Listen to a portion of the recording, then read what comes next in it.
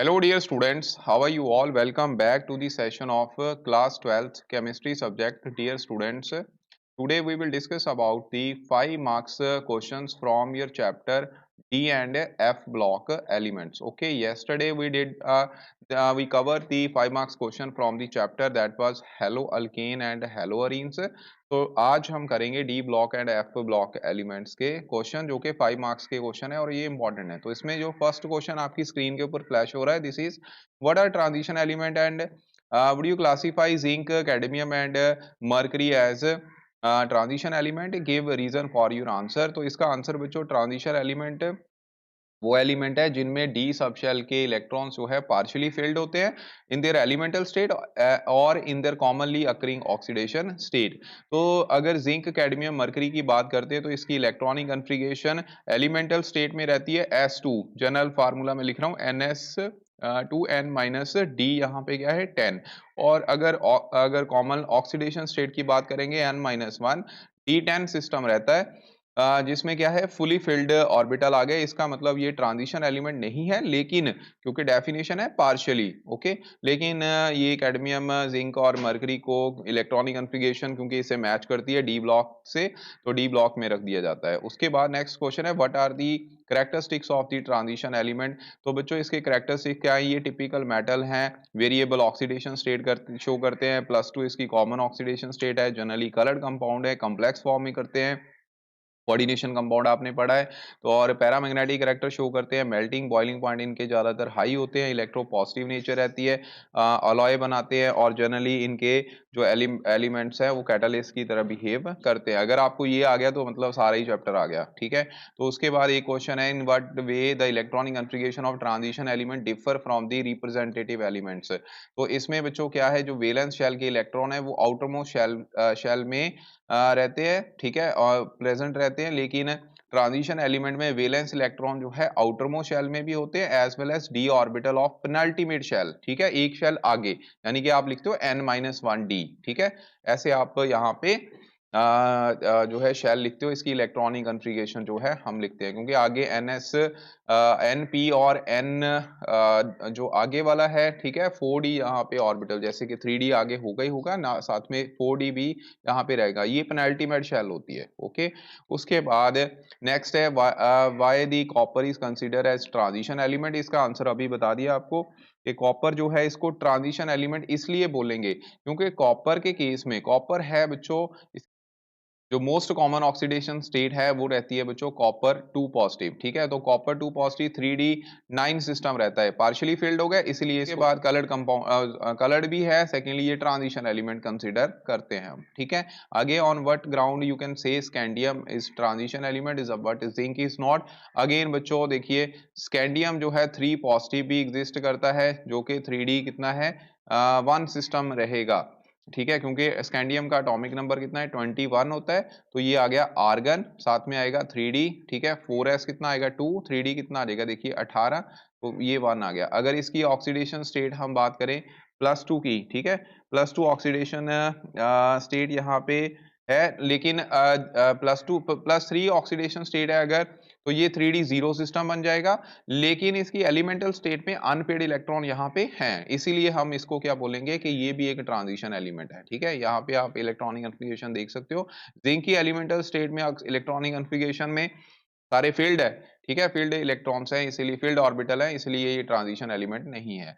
आगे बच्चों silver atom has completely filled 4d10 system in a ground state. How can you say that it is a transition state? Now बच्चों यहाँ पे भी similar case ही आ गया, क्योंकि जो सिल्वर है, सिल्वर की भी मोस्ट कॉमन ऑक्सीडेशन स्टेट या तो +1 है, ठीक है, या फिर +2 है, और +2 सिस्टम अगेन D9 सिस्टम ही होगा, ठीक है, 4d9 सिस्टम यहाँ पे रहता है, तो ये एक ट्रांजिशन एलिमेंट होगी, ठीक है, ट्रांजिशन एलिमेंट ये है, ठीक है। तो क्वेश्चन नंबर 2 हो गया। उसके बाद स्कैंडियम, ये इंपॉर्टेंट क्वेश्चन है कि स्कैंडियम का कॉम्प्लेक्स जो कोऑर्डिनेशन कॉम्प्लेक्स है यहाँ पे वो कलरलेस है, और टाइटेनियम का वही कॉम्प्लेक्स है जिसमें ऑक्सीडेशन स्टेट दोनों की ही सेम है, इसकी भी 3 पॉजिटिव है, टाइटेनियम की भी 3 पॉजिटिव है, लेकिन स्कैंडियम में 3d जीरो सिस्टम आ जाएगा बच्चों, और टाइटेनियम में जो है यहाँ पे टाइटेनियम में 3d1 सिस्टम रहेगा, तो इट मीन्स एक इलेक्ट्रॉन बचा है, ठीक है। अगर 1 to 9 इलेक्ट्रॉन आपकी सीरीज में, डी सीरीज में होते हैं तो बच्चों वो कलर्ड कंपाउंड है। अगर डी ऑर्बिटल में 0 इलेक्ट्रॉन है, जहाँ पे 10 इलेक्ट्रॉन है, तो बच्चों वो कलरलेस होंगे। और कलरलेस क्यों होंगे? क्योंकि वहां पे डी ट्रांजिशन नहीं है पॉसिबल, ठीक है, पॉसिबल नहीं होती है। तो T2G से EG ऑर्बिटल में इलेक्ट्रॉन जो है वो मूवमेंट नहीं हो सकती, ठीक है, मतलब transitions are not possible because electron ही नहीं है। लेकिन 1 to 9 सिस्टम है, डी ट्रांजिशन पॉसिबल होती है, इसलिए ये कलर कंपाउंड्स है। ओके, उसके बाद नेक्स्ट टाइटेनियम 3, यहाँ पे titanium trichloride is coloured by titanium tetrachloride is colourless, ठीक है। इसका आंसर आप क्या दोगे? अब टाइटेनियम 3 पॉजिटिव तो आपको बता ही दिया कि ये क्या हो गया, कलर्ड हो गया। लेकिन टाइटेनियम 4 पॉजिटिव क्या हो जाएगा? वो भी 3d0 सिस्टम बन जाएगा, तो वो भी कलरलेस हो गया। ओके, तो इसका आंसर आप इसी बेसिस पे दे सकते हो। आगे है explain why titanium hexa aqua titanium 3 positive, यहाँ पे ये वॉयलेट कलर शो करेगा। ऑब्वियस है वॉयलेट कलर होगा, ठीक है। सेम बेसिस पे आंसर आपके आने हैं, तीनों क्वेश्चन सेम क्वेश्चंस हैं, ठीक है, सेम आंसर सिमिलर आने हैं। डी ट्रांजिशन, इलेक्ट्रॉनिक कॉन्फ़िगरेशन आपने देखनी है। Titanium 4 positive will not show any colour, okay, it will be colourless. आगे है cadmium 2 positive is a salt white, इसके सॉल्ट जो है वाइट होंगे। तो रीजन क्या है? क्योंकि इसमें क्या है, D10 सिस्टम रहेगा, तो इसी वजह से जो ये फुली फिल्ड ऑर्बिटल्स आ जाएंगे, ठीक है, 4d10 सिस्टम होगा, तो ये भी कलरलेस हो गया, तो वाइट सॉल्ट हम मानेंगे। ओके, नेक्स्ट क्वेश्चन हमारे पास है which of the two is paramagnetic. एक है वनेडियम 4 एंड दूसरा है वनेडियम 5। तो बच्चों देखिए, वनेडियम जो है, वनेडियम की एटॉमिक नंबर 23 होता है, तो इसकी इलेक्ट्रॉनिक कॉन्फ़िगरेशन आएगी 3d3 4s2, ठीक है। अब 4 पॉजिटिव का मतलब, वनेडियम 4 पॉजिटिव का मतलब हो गया 3d1 सिस्टम, ठीक है। और वनेडियम 5 पॉजिटिव का मतलब हो गया 3d0 system. It means 3d0 system जो है वो कलर क्या होगा, डायामैग्नेटिक होगा, ठीक है। और ये क्या हो गया, पैरामैग्नेटिक, क्योंकि डायामैग्नेटिक में इलेक्ट्रॉन या तो पेयर्ड चाहिए या फिर वहां पे इलेक्ट्रॉन है ही नहीं, तो इट मीन्स D1 सिस्टम है, it is paramagnetic in nature. Manganese 2 positive show the maximum paramagnetic character. तो मैग्नीज ऑब्वियस है, मैग्नीज का एटॉमिक नंबर सभी को पता होगा 25 होता है। अगर आप इसकी इलेक्ट्रॉनिक कॉन्फ़िगरेशन देखते हो बच्चों, Mn2 positive common oxidation state, तो ये 3d5 सिस्टम रहता है। इसका मतलब n की वैल्यू यहाँ पे 5 हो गई, और इसकी जो मैग्नेटिक मूवमेंट है उसका फार्मूला रहता है n इंटू n+2 का स्केयर रूट। तो इसका मतलब बोहर मैग्नेटॉन में ये आंसर आएगा। तो n मैक्सिमम है इस केस में, ठीक है, 5 मैक्सिमम इतने ही हो सकते हैं, क्योंकि 5 d ऑर्बिटल कितने होते हैं, 5 सब शेल d में 5 ऑर्बिटल्स होने की वजह से पांचों के पांचों क्या हो गए, अनपेड। इसका मतलब 5 अनपेड इलेक्ट्रॉन है, तो मैक्सिमम पैरामैग्नेटिक करैक्टर शो करेंगे। Mn2 पॉजिटिव के कंपाउंड ज्यादा स्टेबल होते हैं Fe2 पॉजिटिव के कंपाउंड के कंपैरेटिवली। अगेन बच्चों, ये ऑक्सीडेशन स्टेट ही बेसिस पे आंसर दोगे आप, क्योंकि ये 3d5 सिस्टम है, तो 3d5 system more stable. Fe2 positive क्या होगा, वो Fe2 पॉजिटिव एटॉमिक नंबर 6 है, तो इसका मतलब Fe2 पॉजिटिव में 3d6 सिस्टम आ जाएगा। तो यहाँ पे एक पेयर्ड और ग्रुप जो है वो आ जाना है, पेयर्ड ऑर्बिटल हो जाएगा, 4 अनपेयर्ड इलेक्ट्रॉन यहाँ पे आएंगे, ठीक है। तो ये स्टेबल नहीं रहा वहां पे, ठीक है। सेकेंडली यहाँ पे जो लिखा क्या है, stable to the Fe2 positive towards their oxidation state +3। तो मतलब इसको +3 में चेंज करने के लिए ज्यादा एनर्जी चाहिए, इसने इजिली कर जाना है, तो ये अनस्टेबल हो गया। ओके, एक इलेक्ट्रॉन पेयर्ड है, तो जिसकी वजह से ये ज्यादा स्टेबल हो जाएगा। क्वेश्चन नंबर 4 हो गया जी। उसके बाद 5 है, why transition metals exhibit large number of oxidation state. इसका रीजन बच्चों इसके क्योंकि इसमें 2 सेट ऑफ ऑर्बिटल्स रहते हैं n-1 इंटू डी ns, ठीक है। ये ऑर्बिटल यहाँ पे प्रेजेंट होते हैं। वेरिएबल ऑक्सीडेशन स्टेट इसीलिए है क्योंकि इसमें both d orbital and s orbital के इलेक्ट्रॉन जो है they are available for the bond formation. Okay, bond formation के लिए अवेलेबल होते हैं, इसलिए वेरिएबल ऑक्सीडेशन स्टेट शो करते हैं। Transition metals always show the variable oxidation state. And secondly इनकी high atomization, high enthalpy of atomization होती है, this is very much important question. Okay, उसके बाद है कॉपर 1 पॉजिटिव डायामैग्नेटिक है, ये तो बच्चों अभी कर लिया आपने, ठीक है, तो कर ही लोगे क्योंकि कॉपर 2 पॉजिटिव क्या आ जाएगा 3D9 सिस्टम और कॉपर 1 पॉजिटिव का 3D10 system, 1 positive 2 positive. Okay, तो 3D10 सिस्टम क्या हो गया फिर डायामैग्नेटिक, 3D2 सिस्टम हो गया paramagnetic. Okay, next question is transition metals have high melting point. इसका भी आंसर जो है बॉन्डिंग बेस्ड आएगा, क्योंकि स्ट्रॉन्गर इंटर एटॉमिक इंटरेक्शंस होती है, स्ट्रॉन्ग बॉन्डिंग हो रहेगी, तो मेल्टिंग पॉइंट इनके ज्यादा होते हैं, हार्ड मेटल्स होते हैं। कॉम्प्लेक्स क्यों बनाते हैं? क्योंकि इनका साइज जो है वो बच्चों कंपैरेटिवली स्मॉल है, ठीक है, small size. Okay, secondly highly ionic, आयनिक चार्ज जो है इफेक्टिव न्यूक्लियर चार्ज हाई होता है, एंड वेलेंस ऑर्बिटल्स जो है डी ऑर्बिटल्स उसमें इलेक्ट्रॉन जो है प्रेजेंट होते हैं, चार्ज डेंसिटी इसकी हाई होती है, ठीक है, इसमें से कोई भी आंसर दे दो। और स्मॉल साइज की वजह से जो इनके बस यही 4 पॉइंट है, यही 4 पॉइंट के बेसिस पे आपने आंसर दे देना है, तो ये इसी वजह से ये कॉम्प्लेक्स बना सकते हैं। स्मॉल साइज, आयनिक charge, effective nuclear charge high, valence D orbital electron, ठीक है, and secondly high charge density on the transition elements result in the formation of the complexes, ठीक है। ट्रांजिशन मेटल आपने कोऑर्डिनेशन कंपाउंड पढ़ा है, उसमें सारे के सारे जो मेटल है वो ट्रांजिशन एलिमेंट के हैं, ठीक है। Why is the highest oxidation state of the metal exhibit in their oxide state? बच्चों ऑक्साइड जो है या फ्लोराइड ये हाईली इलेक्ट्रोनेगेटिव एलिमेंट्स है, इसी वजह से इनकी साइज स्मॉल होने की वजह से high electronegativity of fluorine and oxygen होने की वजह से can oxidise the metal to the highest oxidation state, इसीलिए हाईएस्ट ऑक्सीडेशन स्टेट जो है पॉसिबल रहती है, ठीक है। तो मेटल ऑक्सीडेशन स्टेट ऑक्सीजन और फ्लोरीन की इनकी इनकी हाई इलेक्ट्रोनेगेटिविटी है, साइज छोटा होने की वजह से ये मेटल को हाईली चार्ज्ड कर देते हैं, पॉजिटिवली चार्ज, तो ऑक्सीडाइज कर जाते हैं, इसी वजह से ऑक्सीडाइज कर देते हैं, इसी वजह से इनकी हाईएस्ट ऑक्सीडेशन स्टेट रहती है, ठीक है। Next question is which are stronger reducing agents, ठीक है। इसमें Cr2 पॉजिटिव है, Cr2 पॉजिटिव है, Fe2 पॉजिटिव है, ठीक है, तो स्ट्रॉन्गर रिड्यूसिंग एजेंट कौन सा रहेगा? स्ट्रॉन्गर रिड्यूसिंग एजेंट इसमें क्या है Cr2 पॉजिटिव, ठीक है, 2 पॉजिटिव जो है इसकी ऑक्सीडेशन स्टेट क्या है 3D4, 3D4 को बच्चों 3D3 में इजीली किया जा सकता है, ठीक है, चेंज किया जा सकता है। और जो Fe2 पॉजिटिव है ये किसकी है? क्रोमियम 2 पॉजिटिव, ठीक है। और अगर आप Fe की माने तो Fe जो है ये 3D6 सिस्टम होता है, 3D6 को आप 3D5 में चेंज कर सकते हो इजीली, ठीक है।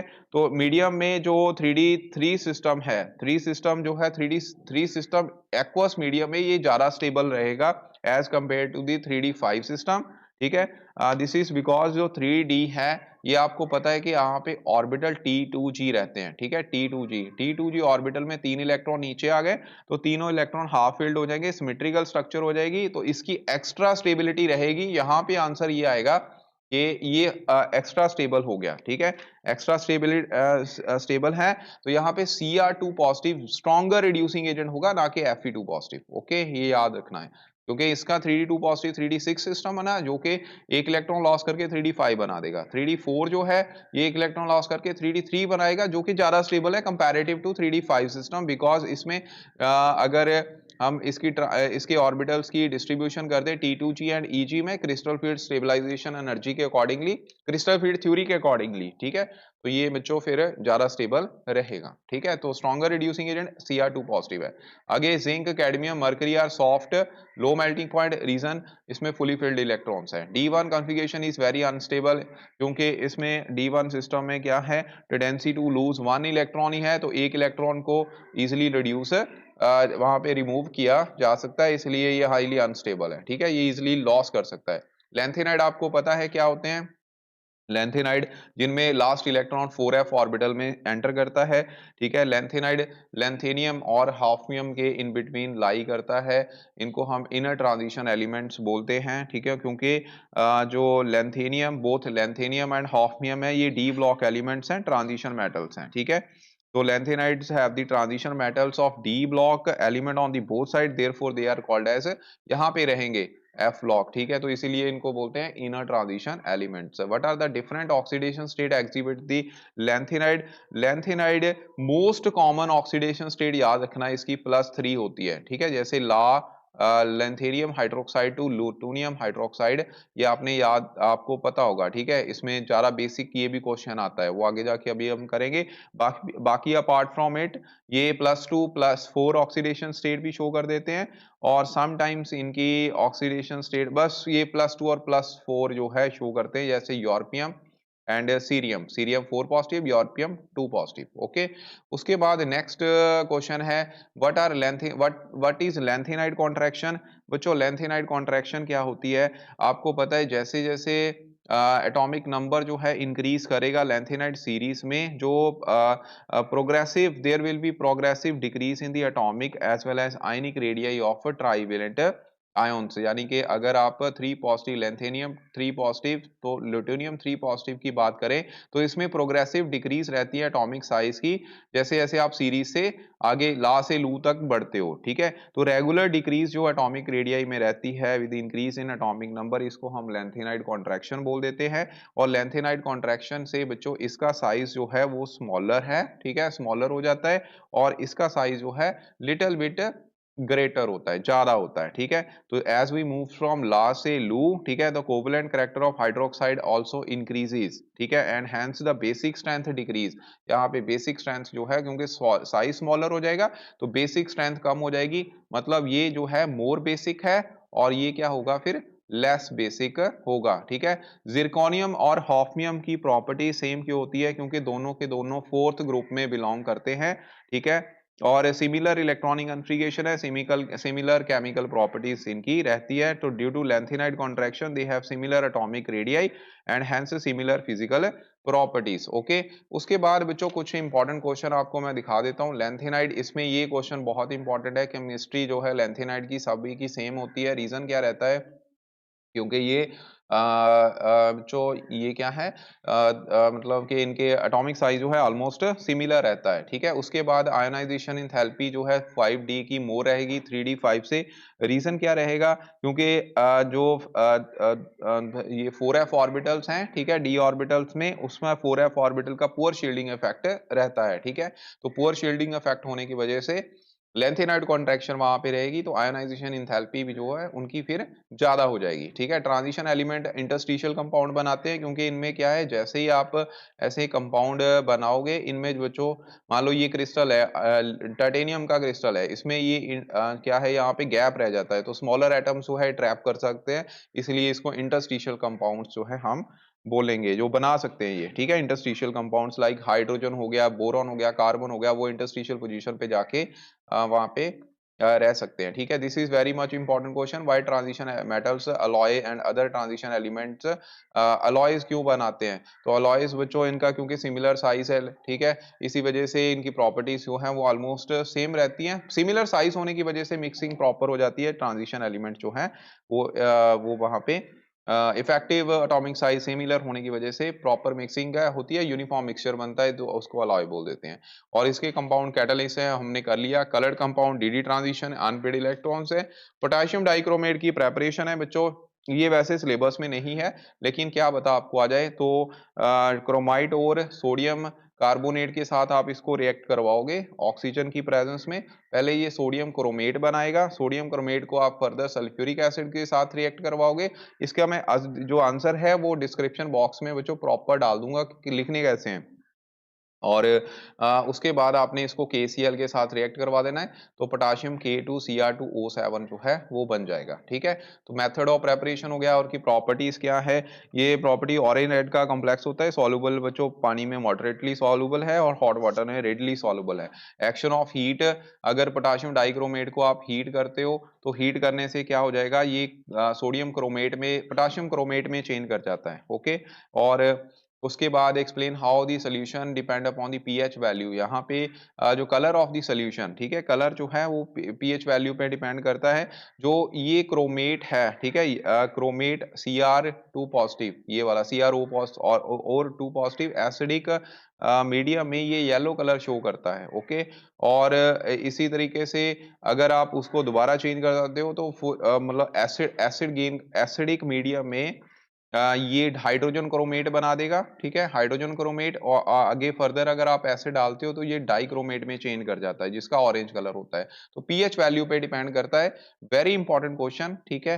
तो मतलब इसमें आपने ये लिखना है कि dichromate and chromate ions exist in the equilibrium, equilibrium में एग्जिस्ट करते हैं with each other at pH about 4, ठीक है। और by they are interconvertible by changing the pH value and the chromate ion on addition with the acid change to the hydrogen chromate, और फिर वो dichromate में आगे फर्दर जो है चेंज कर जाते हैं। ओके, तो इसमें आपने इक्वेशन ऐसे लिख देनी है, CrO2O4 2 negative plus 2H positive acid, यहाँ पे H पॉजिटिव आपने ऐड किया, हाइड्रोजन क्रोमेट बन गए। ओके, उसके बाद फिर से एसिड डाला तो ये Cr2O7 1 नेगेटिव में चेंज कर गया, और ये अगर आप बेस डालते हो तो दोबारा इंटर कन्वर्टेबल है, ठीक है, बेस की प्रेजेंस में। ओके, तो ये क्वेश्चन हो गए। आगे बच्चों, ये लेंथेनाइड कॉन्ट्रैक्शन क्या है?